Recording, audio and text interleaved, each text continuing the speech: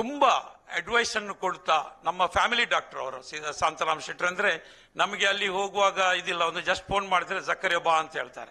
ಆದ ಕಾರಣದಿಂದ ಅವರು ನಮಗೆ ಅವತ್ತು ಆರೋಗ್ಯದ ಬಗ್ಗೆ ನೀನು ಹೀಗೆ ಮಾಡಬೇಕು ಅಡ್ವೈಸ್, ಅವರ ಅಡ್ವೈಸ್ ಈಗಲೂ ಫಾಲೋ ಮಾಡ್ತಾ ಇದ್ದೇನೆ. ದೇವರು ನನಗೆ ಅಂತ ಆರೋಗ್ಯವನ್ನೇ ಕೊಟ್ಟಿದ್ದಾನೆ ಅವರ ಆಶೀರ್ವಾದದಿಂದ.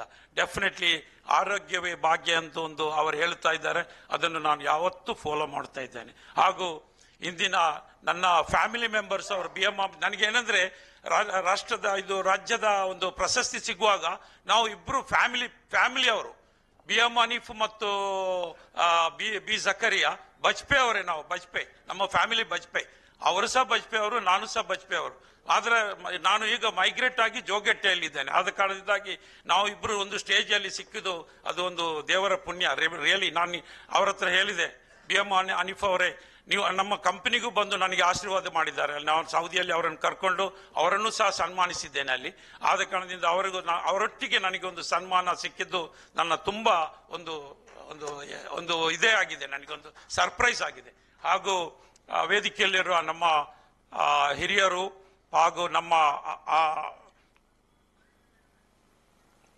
ಜೈನಿ ಅವರು, ಉಲಾಮಾ ಪಂಡಿತರು ಜೈನಿ ಅವರು ಯಾವಾಗಲೂ ನನಗೆ ಅವರ ಸಂಸ್ಥೆಗೆ ನಾನು ಯಾವತ್ತೂ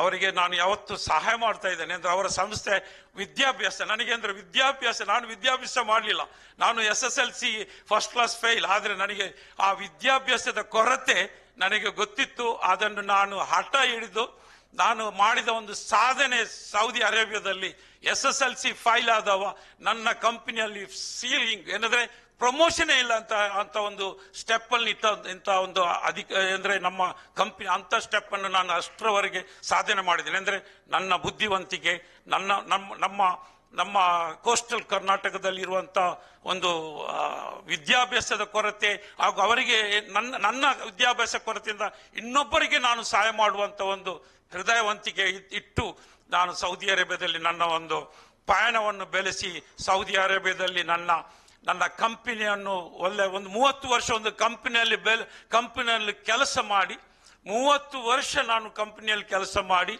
ಅದರ ಅನುಭವ ಪಡೆದು ಅದರ ಐಡಿಯಲ್ಲ ಪಡೆದು ಅದೇ ಕಂಪನಿಗೆ ಇವತ್ತು ಚಾಲೆಂಜ್ ಆಗಿ, ಅವರಿಗೆ ಚಾಲೆಂಜ್ ಅಂದ್ರೆ ನನಗೆ ಅವರು ಇದು ಕೊಟ್ಟಿದೆ, ಆದರೆ ಚಾಲೆಂಜ್ ಅಲ್ಲ, ಆ ಕಂಪನಿಗೆ ಎದುರಾಳಿಯಾಗಿ ನಂಬರ್ 1 ಕಂಪನಿಯಾಗಿ ಈಸ್ಟರ್ನ್ ಪ್ರಾವಿನ್ಸ್ ಅಲ್ಲಿ ನಾನು ಮಾಡ್ತಾ ಇದ್ದೇನೆ. ನನ್ನೊಟ್ಟಿಗೆ ಕೋಸ್ಟಲ್ ಕರ್ನಾಟಕದ ಸ್ಪೆಷಲಿ ಬ್ಯಾಂಗ್ಳೂರಿನವರು ಯಾರೇ ಆಗ್ಲಿ, ಪಾಲಿಟಿಕ್ಸ್ ಆಗ್ಲಿ, ಪೊಲೀಸ್ ಅಧಿಕಾರಿ ಆಗ್ಲಿ, ಆತ್ಮೀಯರಾಗ್ಲಿ, ಯಾರು ರೆಕಮೆಂಡ್ ಮಾಡಿದ್ರೆ ಅವರಿಗೆ ಉದ್ಯೋಗ ಕೊಟ್ಟು ನಾನು ಸನ್ಮಾನಿಸಿದ್ದೇನೆ. ರಿಯಲಿ ನನ್ನ ಒಂದೇ ಆಶೆ ಅಂದ್ರೆ ನಮ್ಮ ಕೋಸ್ಟಲ್ ಕರ್ನಾಟಕ ಒಂದು ಮಿನಿ ಗೋವಾ ಆಗಿ ಬೆಳಗಬೇಕು. ಹಾಗೂ ನಮ್ಮ ಕರ್ನಾಟಕದಲ್ಲಿ ಏನಂದ್ರೆ ನಮ್ಮ ಮಂಗಳೂರು, ನಮ್ಮ ಕೋಸ್ಟಲ್ ಕರ್ನಾಟಕ ಅಂದ್ರೆ ಒಂದು ಇದೆ ವಿದ್ಯಾನಗರಿ. ಆದ ಕಾರಣದಿಂದಾಗಿ ಡೆಫಿನೆಟ್ಲಿ ಇದಕ್ಕೆ ನಾವು ಸಪೋರ್ಟ್ಲಿ ಮಾಡಬೇಕು. ಇವತ್ತೊಂದು ಸ್ಪೆಷಲ್ ಪ್ರೋಗ್ರಾಮ್, ನಾನು ಬೇರೆ ಕಡೆ ಹೋದೆ, ನಾನಿಂದ ಭಾಷಣ ಮಾಡುವಾಗ ನಮ್ಮ ಯುಟಿಕಾದರ ಹೋಗಿ ನಮ್ದು ಸ್ಟೆಪ್ ಅಲ್ಲಿ ಆ ಕಡೆ ಈ ಕಡೆ ಹೋಗ್ತಾ ಇರ್ತದೆ.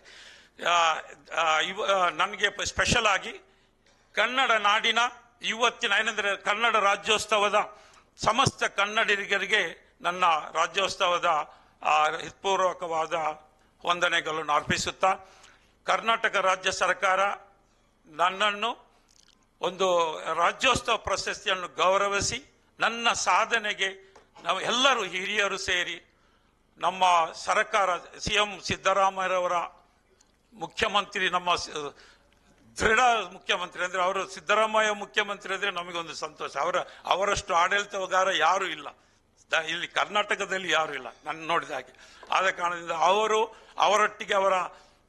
ಅವರೊಟ್ಟಿಗೆ ಉಪಮುಖ್ಯಮಂತ್ರಿ ಇವರು DK ಶಿವಕುಮಾರ್ ಅವರು ಸೇರಿ ನಿನ್ನೆ ಆ ಸಭೆಯಲ್ಲಿ ನನಗೆ ಕೊಟ್ಟಂತ ಒಂದು ಪ್ರಶಸ್ತಿ ಅದು ಮರೆಯಲಾರದ ದಿನ. ಅವರು ನನಗೆ ಕೊಟ್ಟಂತ ಒಂದು ಹಗ್ಗಿಂಗ್ ಎಲ್ಲ ನೋಡಿ ನನಗೆ ತುಂಬಾ ಸಂತೋಷ ಆಯ್ತು. ರಿಯಲಿ ನಾನು ನನ್ನ ಸಾಧನೆಗೆ ಅವರು ನನ್ನನ್ನು ಗೌರವಿಸಿ ನನಗೆ ಇದು ಪ್ರಶಸ್ತಿ ಕೊಟ್ಟಿದ್ದಾರೆ.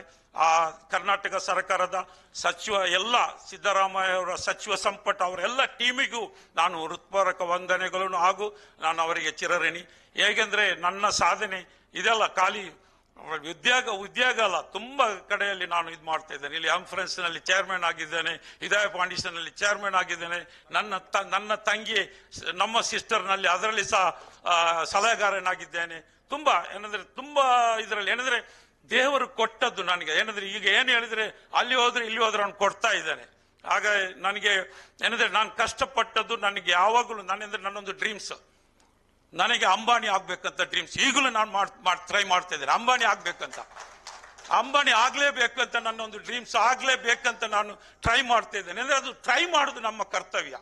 ಅದು ನಾನೆಂದ್ರೆ SSLC F ಇದ್ದಾವ, ಫಸ್ಟ್ ಕ್ಲಾಸ್ F ಇದ್ದಾವ, ಸೌದಿ ಅರೇಬಿಯಾದ ಹೋಗಿ ವಿದ್ಯಾಭ್ಯಾಸ ಕಲಿತು ವೆಸ್ಟರ್ನ್ ನಲ್ಲಿ ಹೋಗಿ ಡಿಗ್ರಿ ಪಡೆದು ನಾನು ಸಕ್ಸಸ್ ಆಗಿದೆ. ಅದೇ ರೀತಿ ನನಗೆ ಒಂದು ಹಠ ಉಂಟು, ನನ್ನ ಒಂದು ಕನಸುಂಟು. ಆ ಕನಸನ್ನು ನಮ್ಮ ರಾಜ್ಯದ, ನಮ್ಮ ಜಿಲ್ಲೆಯ ಜಿಲ್ಲೆಯ ಉದ್ಭವಕ್ಕೆ ಥ್ಯಾಂಕ್ ಯು ಸರ್, ಅಭಿವೃದ್ಧಿಗೆ, ಜಿಲ್ಲೆಯ ಅಭಿವೃದ್ಧಿಗೆ ಡೆಫಿನೆಟ್ಲಿ ಕೈ ಜೋಡಿಸ್ತೇನೆ ಅಂತ ವಾಗ್ದಾನ ಮಾಡುತ್ತಾ ಎಲ್ಲರೂ ಏನಂದ್ರೆ ನಮ್ಮ ಜಿಲ್ಲೆ ಅಂದ್ರೆ ಕೋಸ್ಟಲ್ ಕರ್ನಾಟಕ ಬ್ಯೂಟಿಫುಲ್ ಏರಿಯಾ. ಈಗ ಅದನ್ನು ನೋಡುವಾಗ ಎಷ್ಟು ಸಂತೋಷ ಆಗ್ತದೆ. ಇನ್ನು 5 ವರ್ಷದಲ್ಲಿ ಮಂಗಳೂರು ಒಂದು ಮೆಟ್ರೋಪಾಲಿಟನ್ ಸಿಟಿ ಆಗಿ ಬರಲಿಕ್ಕೆ ಡೆಫಿನೆಟ್ಲಿ ದಾರಿ ಕೊಡ್ತಾ ಇದ್ದಾರೆ ನಮ್ಮ UT ಖಾದರ್ ಅವರು. ಮೊನ್ನೆ ನಾನು 3 ಗಂಟೆ ಅವರ ಮನೆಯಲ್ಲಿ ಮಾತಾಡಿ ಅವರು ಹೇಳಿದ ಮಂಗಳೂರಿನ ಒಂದು ಪಿಕ್ಚರ್ ಓಪನ್ ಮಾಡಿ ಕೊಟ್ಟಿದ್ದಾರೆ. Really I appreciate. ಅದೇ ರೀತಿ ನಮ್ಮ ಭಾವಕ್ಕನವರಿಗೆ, ರಿಯಲಿ ಭಾವಕ್ಕನವರೇ, ನಿಮಗೆ ತುಂಬ ಹೃದಯದ ವಂದನೆಯನ್ನು ಅರ್ಪಿಸುತ್ತಾ, ನೀವು ನನ್ನನ್ನು ಇಲ್ಲಿ ಫಸ್ಟ್ ಟೈಮ್ ನೀವು ನನ್ನನ್ನು ಹೇಳಿದ್ರಿ ನೀವು ಬರಲೇಬೇಕು ಅಂತ. ನಾನು ನನ್ನ ಎಂಪ್ರೆನ್ಸ್ ನಲ್ಲಿ ಒಂದು ಚಾರಿಟಿ ಪ್ರೋಗ್ರಾಮ್ ಇತ್ತು, ಅಲ್ಲಿ ಹೋಗಿ ನಿಮ್ಮ ಕಾರ್ಯಕ್ರಮಕ್ಕಾಗಿ ನಾನು ಹೇಗಿದ್ರು ಎಲ್ಲಿದ್ರು ನಾನು ಬರ್ತೇನೆ. ಅಂದ್ರೆ ನಿಮ್ಮಲ್ಲಿರುವ ಆತ್ಮೀಯತೆ ನನಗೆ ಎಷ್ಟು ಪ್ರೀತಿ ಅಂದ್ರೆ ಅದು ಹೇಳಲಿಕ್ಕೆ ಸಾಧ್ಯ ಇಲ್ಲ. ನಿಮ್ಮ ಭಾವ ಫೌಂಡೇಶನ್ ಒಳ್ಳೇದಾಗ್ಲಿ ನಿಮ್ಗೆಲ್ಲರಿಗೂ. ನಿಮ್ಮ ಭಾವ ಫೌಂಡೇಶನ್ ನಲ್ಲಿ ಏನೆಲ್ಲ ಒಳ್ಳೆಯ ಕಾರ್ಯಕ್ರಮ ಮಾಡ್ತಿದ್ರಿ, ಸಮಾಜಮುಖಿ ಕಾರ್ಯಕ್ರಮ ಮುಂದೆ ಹೋಗಲಿ. ನಿಮಗೆ ರಾಜಕೀಯದಲ್ಲಿ ನನ್ನ ಅಂದಾಜು ಅವರು ಟರ್ನ್ ಮಾಡ್ತಾ ಇದ್ದಾರೆ ಕಾಣ್ತದೆ. ಇನ್ಶಾ ಅಲ್ಲಾ ರಾಜಕೀಯದಲ್ಲಿ ಅವರಿಗೆ ಭವಿಷ್ಯ ಬರಲಿ ಅಂತ ಪ್ರಾರ್ಥಿಸುತ್ತಾ